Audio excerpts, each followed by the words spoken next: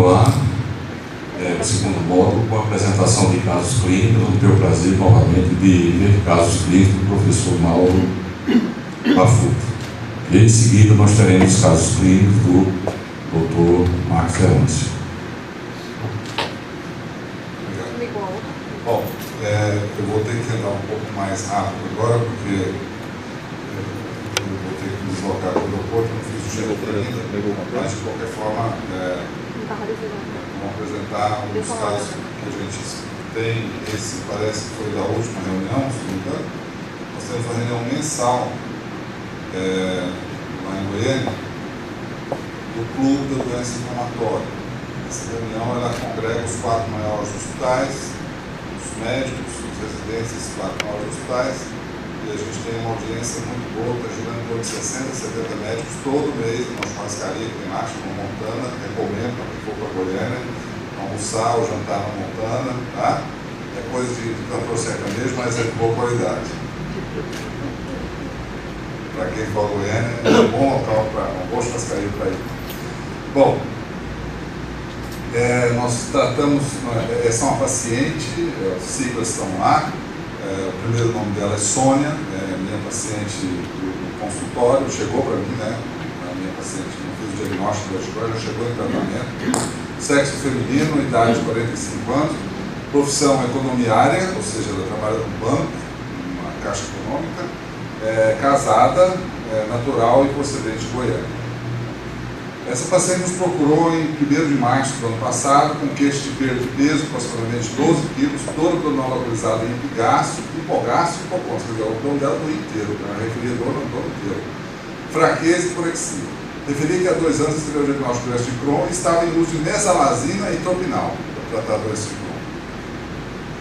Infelizmente a gente vê isso na minha região também, tá? É bastante frequente pacientes subtratados ou maltratados para a doença de Crohn.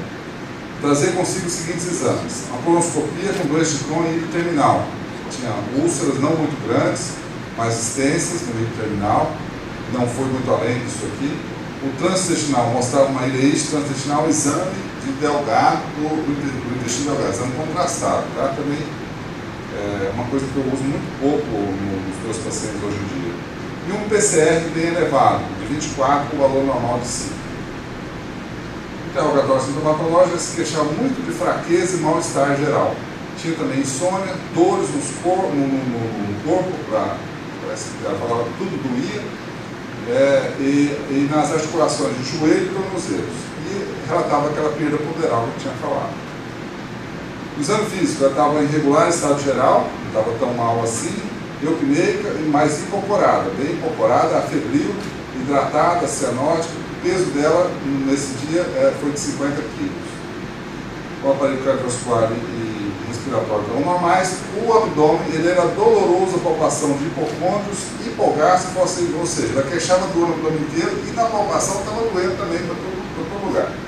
Uma presença de uma massa mal definida, que na hora eu defini com mais ou menos 5 centímetros na fossa ilíaca direita. Reporte diagnóstico do doença cronológico. Eu entrei para ela com um corticoide, uma dosagem que eu acho razoável. Acima disso, eu não gosto muito de usar, isso só vai aumentar efeito adverso. E entrei com azitioprina para essa paciente. Na mesma hora, pedi uma enterotomografia. O retorno dessa paciente, ela retornou com essa enterotomografia, mostrava doença de Crohn distal e válvula cecal em atividade sem fístula ou abscesso. Ou seja, mostrava somente o padrão inflamatório, mas sem fístula ou abscesso. A conduta, mantive o meticortem e a azitioprina, por ser uma paciente com essas queixas e maltratada, eu entrei direto com a adalimumab para ela. Inferia melhor importante, mas queixava serem de dor e hipocôndrios. Foi feito o desmame de corticoide. Outro retorno referia fraqueza, dor abdominal difusa, com diarreia 5 vezes ao dia há 5 dias. Mantive o adalimumab e a azitioprina, achei que essa podia ser uma complicação infecciosa, entrei com um antibiótico para ela. Ela melhorou dos sintomas da diarreia rapidamente, mas apresentava na evolução seguinte queixas depressivas. Eu entrei com um antidepressivo para ela, mantive o mira e a azitioprina para ela.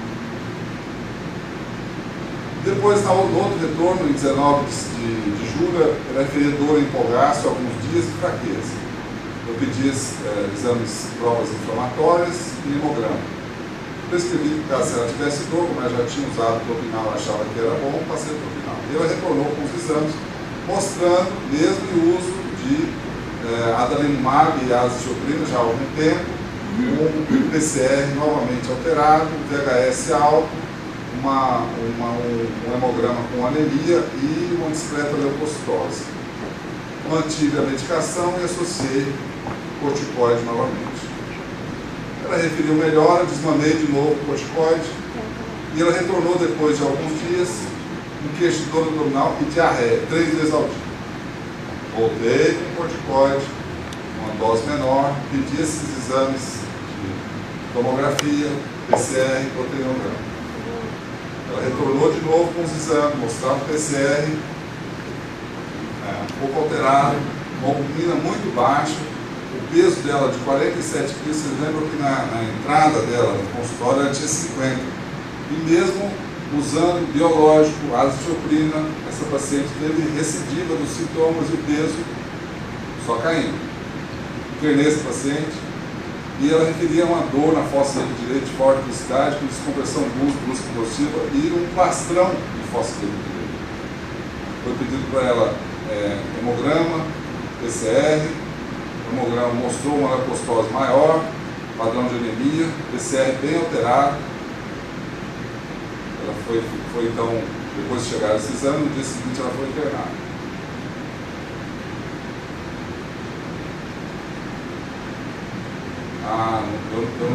Não entrou nessa coisa, coloquei os slides aqui para vocês verem. Bom, ela foi internada e ela apresentava, na tomografia que ela fez durante a internação, uma grande massa abdominal, na verdade.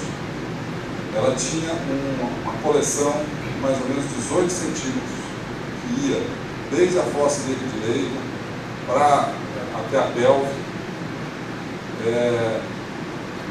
Essa coleção de 18 centímetros não tinha comunicação com nenhuma alça, era uma coleção só.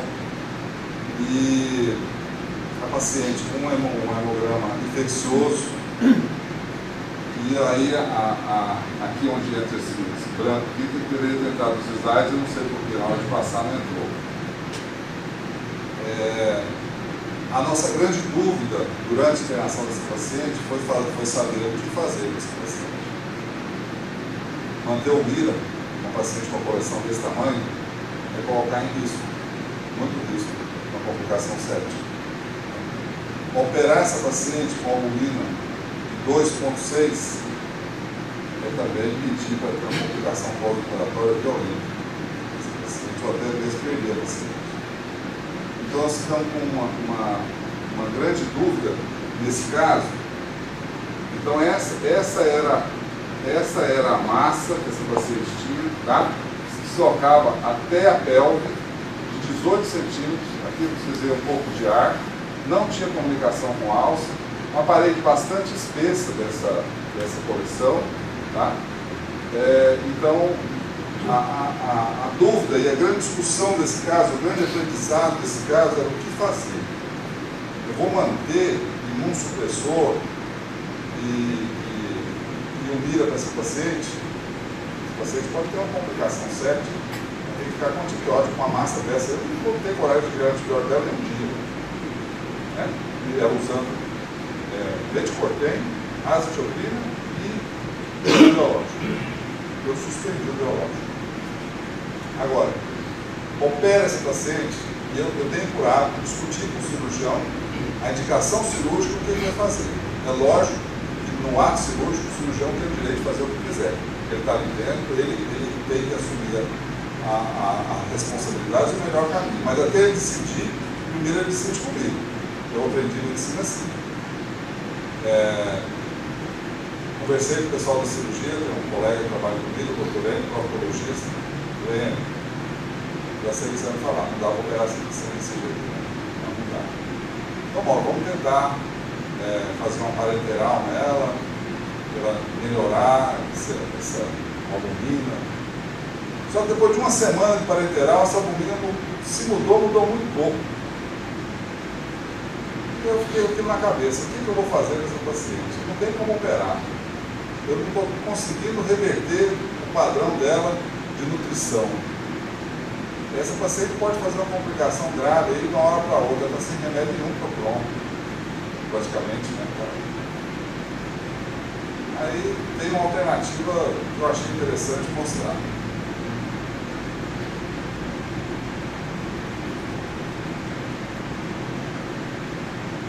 Tem nível hidroaéreo ali, não é? Tem, mas esse nível hidroaéreo era por conta da proliferação bacteriana. Foi colocado um dreno, tipo pigtail, por tomografia, uma vez que havia uma parede espessa dessa coleção e íntimo contato, aqui não existe alça entre a parede e a coleção. E é óbvio que essa decisão também não foi assim, não, vamos fazer uma drenagem, não. Bom, tem que ver se não tem alça aqui dentro, se não tem comunicação com alça aqui dentro. O Zé Alonso já sacou lá, tinha ar lá dentro. Esse ar podia ser com alça, né? Ter contato com alça, isso aqui não ia adiantar nada, né? Que é difícil para a alça. E foi feita a drenagem e falou, vamos fazer uma punção com a drenagem, vamos ver o que vai vir.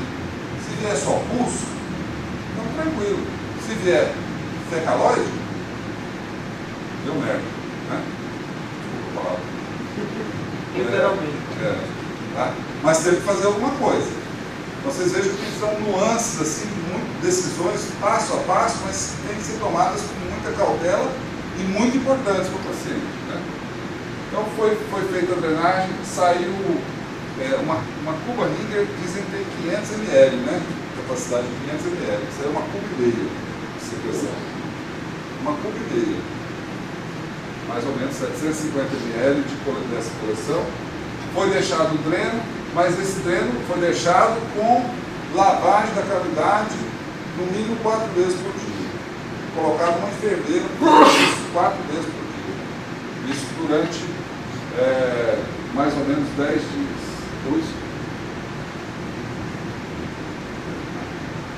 Então tá, aqui a passagem do momento que estava fazendo o exame, né?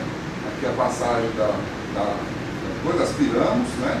Aspiramos, veio pus, colocou o dreno, e aqui o dreno fixado, e depois sendo lavado durante mais ou menos 10 dias, e nesses 10 dias a alimentação parenteral correndo, e antibiótico em cima. A evolução dessa paciente, depois da internação, ela foi mantida com o adalimumab. Eu fiz uma otimização da dose, passei, depois de drenar a secreção, foi aí, quando a onça está morta, todo mundo quer pisar no rabo, né? Eu falei, agora esse troço vai ter que resolver. Passei para adalimumab semanal, mantive a antibioterapia e a azoxicilina, ainda teve que usar um pouquinho de prednisona, e ela voltou depois no consultório, depois de mais ou menos uns 10 dias da alta, sem queixa, já havia recuperado o peso, foi para 51 quilos. Depois de 2 meses, ela voltou novamente, PCR normal, a albumina já estava em 3,6, vocês lembram que ela estava em 2,6 de internação, hemoglobina querendo corrigir e o peso de 58,5 kg. Ela internou no hospital com 47 kg. O paciente evoluiu muito bem, excelente, um ganho de peso e o processo foi resolvido. Bom, eu achei interessante esse caso, porque foi um caso bem difícil, deu muita dor de cabeça para a gente, mas o paciente saiu bem. Ele foi alguma coisa? Não cresceu nada. Esse paciente estava sobrecarregado de antibiótico. Agora que eu vi aquela massa, eu falei assim, eu tenho que dar antibiótico aqui para tudo quanto é lado, né? Porque a paciente muito deprimida, muito suprimida, com uma massa desse tamanho, pedi para ter complicação séptica aí, né? E infelizmente não teve nada. O caso teve uma excelente evolução. Foi uma alternativa que a gente achou, um caso que estava difícil de ser resolvido.